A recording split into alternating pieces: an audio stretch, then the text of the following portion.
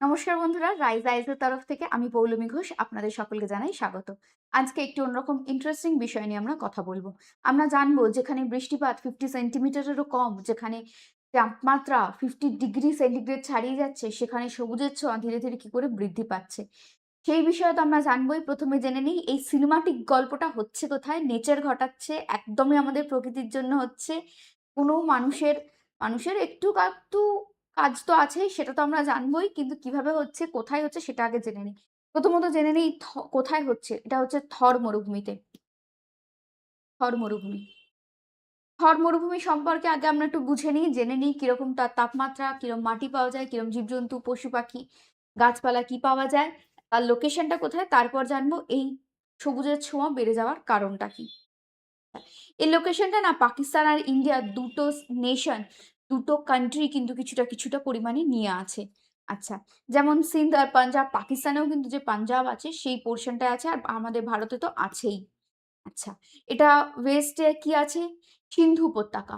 সিন্ধু উপত্যকার এই যে নদীগুলো, এই দেখুন, এই যে সিন্ধু উপত্যকার এই যে নদী। আচ্ছা, পাঞ্জাব প্লেন আছে, আরাবল্লী রেঞ্জ আছে। আরাবল্লী রেঞ্জ এই যে আরাবল্লী রেঞ্জ আছে। সাউথে কি আছে? রান অফ কাচ আছে। এই দেখুন রান অফ কাচ এই পোর্শনটা। এইগুলো কিন্তু চারদিক থেকে এই থর মরুভূমিকে ঘিরে রেখেছে। আচ্ছা, ফিজিওগ্রাফি আর ক্লাইমেটটা এখানে কি আছে? এওলিয়ান মানে বায়ুর এখানে গঠন কার্য। এখানে বায়ু বয়ে আনছিল কোথাও থেকে নুড়ি, পাথর, বালি, এগুলো তো আমরা জানি পাথর। এগুলো নদী বলুন, হিমবাহ বলুন, সমুদ্রের ওয়েভস যেগুলো হয়, ঢেউ, বায়ু, সবাই এই গঠন কার্য, ক্ষয় কার্য কিন্তু কন্টিনিউয়াস চলছে, আজও চলছে। আপনারা হয়তো এই ভিডিওটা দেখছেন যখন। তো এইভাবে এরা এখানে গঠন কার্য করেছে। এখানে না বারখান্ড পাওয়া যায়। এটা হচ্ছে একটা ক্রিসেন্ট শেপ, মানে এই চাঁদ আকৃতি। আমার আঁকা খুব বাজে। এই চাঁদ আকৃতির যে জিনিসটা আপনারা দেখতে পাচ্ছেন, এগুলো এরা গঠন করেছে। এগুলো এক এক প্রকার ছোট ধরনের স্যান্ড ডিউনস। আচ্ছা, এখানে লো রেনফল, হাই টেম্পারেচার, এটা তো বললামই আপনাদের। সয়েল কিরকম? যেহেতু হাই টেম্পারেচার আর ভীষণ কম রেনফল, তো এখানকার মাটি যেন খুব পাথুরে, খুব শুষ্ক। এখানে মাটিতে ওই জলের পরিমাণটা খুব কম, বৃষ্টিপাতই কম, জল কোথায় হবে? মানে খুব অনুর্বর মাটি, অনুর্বর, খুব অনুর্বর মাটি। আর ওয়াটার বডিজ কিছু কিছু পাওয়া যায়।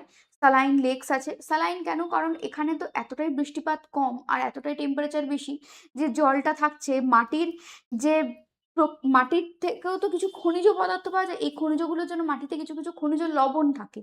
ওপরের লেয়ারটা না বায়ুর সরি হাই টেম্পারেচারের জন্য ইভাপোরেট হয়ে যাচ্ছে। তাতে এই খনিজ লবণগুলো মাটিতে উন্মুক্ত হয়ে যাচ্ছে।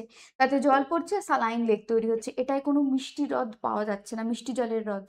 আচ্ছা, এরপর আমরা জানি ভেজিটেশন কি আছে? ফ্লোরা মানে গাছপালা। গাছপালা কি আছে? ক্যাকটাস, খেজড়ি, নিম, মানে যেগুলো হার্শ ক্লাইমেট, খুব কঠিন পরিস্থিতিতেও বেঁচে থাকতে পারে। কম জল নিয়ে বেশি তাপমাত্রা সহ্য করে বেঁচে থাকতে যারা পারে, তারাই একমাত্র এই পরিস্থিতিতে থাকতে পারে। এই থর মরুভূমিতে তাদের আমরা দেখতে পাই। আচ্ছা, বায়োডাইভার্সিটি কি আছে? ব্ল্যাক বাঘ দেখতে পাওয়া যায়, চিনকারা। চিনকারা হচ্ছে এগুলো এক ধরনের হরিণ। আচ্ছা, নীলগাই দেখতে পাওয়া যায়, গ্রেট। আর উট তো আমরা দেখতে পাই, এটা আমরা ছোট্টবেলা থেকে জানি, মরুভূমিতে উট দেখতে পাবোই। আচ্ছা, এই এক ধরনের লিজার্ড দেখতে পাওয়া যায়। এইসব পশু পাখিগুলো কিন্তু আমরা দেখতে পাই। এছাড়া আরো অনেক আছে।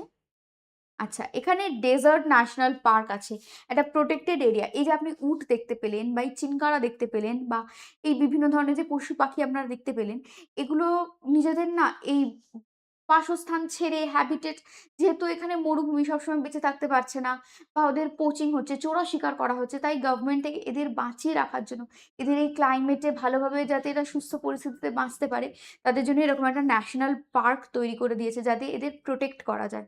কি জন্য? প্রোটেকশনের জন্য, এদের প্রোটেক্ট করার জন্য। আচ্ছা, রিসোর্স পাওয়া যায়। আমরা জানি মরুভূমি মানেই খনিজ সম্পদের ভান্ডার। খনিজ সম্পদ তো আমরা পাবোই। কিরকম? Rich in lignite, coal, gypsum, salt. যে আমরা খনিজ লবণের কথা বললাম, এই লবণগুলো বা আমরা যে খাই না মিনারেল সল্ট, পিঙ্ক সল্ট, এগুলো কিন্তু এখান থেকে পাওয়া যায়। এই দেখুন খনন কার্য চলছে, কত রকমের কাজ হয় এখানে। আচ্ছা, গ্রিনিং অফ থার, যেটা আমরা বলছিলাম যে সবুজের ছোঁয়া বাড়ছে।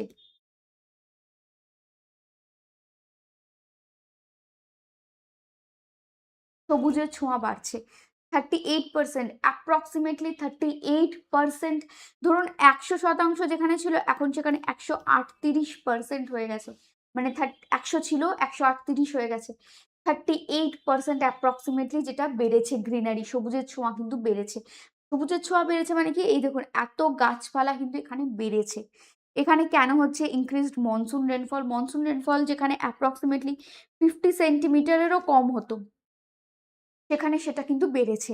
সিগনিফিকেন্স কি? আচ্ছা, এগ্রিকালচারাল ইরিগেশনও বাড়ছে। মৌসুমী জলবায়ুর জন্য যে বৃষ্টিপাতটা বাড়ছে, তার জন্য এখানে ইরিগেশন হচ্ছে, চাষবাস হচ্ছে, সবই হচ্ছে।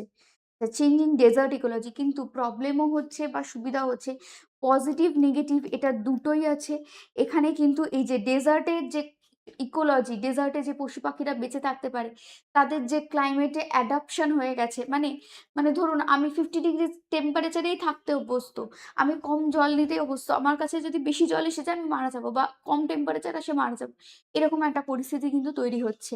বায়োডাইভার্সিটি, এই যে বায়োডাইভার্সিটি, ক্লাইমেট দুটোকেই কিন্তু ইমপ্যাক্ট করছে। এটা কার জন্য হচ্ছে জানেন? জলবায়ু পরিবর্তনের জন্য।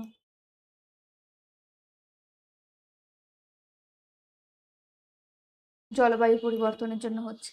এইটা না ইউপিএসসি তেও কোয়েশ্চেন আসে। 2020 তেও এসছে যে ইন্ডিয়াস ডেজার্ট ন্যাশনাল পার্ক। এই ছোটখাটো ৫ মিনিটের, আমরা না অনেক সময় খেতে বসে এইসব ভিডিওস গুলো দেখি। তো আমরা এই ছোটখাটো জিনিস দিয়েও ইউপিএসসি শুধু না, বিভিন্ন স্টেট পিসিএস, স্টেটের যে এক্সামস গুলো হয়, ধরুন আমাদের ডব্লিউবিসিএস এক্সাম, এই ডব্লিউবিসিএস এক্সামেও কিন্তু এইরকম কোয়েশ্চেন্স আসে। তো এগুলো ছোটখাটো ভিডিওস এর মাধ্যমে আমি চেষ্টা করছি যাতে এই জিনিসগুলো আমাদের মধ্যে অ্যাওয়ারনেস বাড়ায়, আমরা জানতে পারি। শুধুমাত্র পরীক্ষার জন্য কেন, আমরা জেনারেল নিজেদের নলেজও তো বাড়াতে পারি, নিজেদের দেশ সম্পর্কে কি হচ্ছে চারিপাশে, সেই সম্পর্কেও তো আমরা জানতে পারি। আজকে এই অবধি, আবার অন্যদিন দেখা হবে নতুন কোনো ভিডিও নিয়ে। এনভায়রনমেন্ট রিলেটেড আপনাদের যদি যে কোনো প্রশ্ন থাকে আপনারা নিশ্চয়ই আমাকে করবেন, কমেন্ট বক্সে নিশ্চয়ই কমেন্ট করবেন। একটু লাইক করবেন, শেয়ার করবেন। আজ এই অবধি, ধন্যবাদ।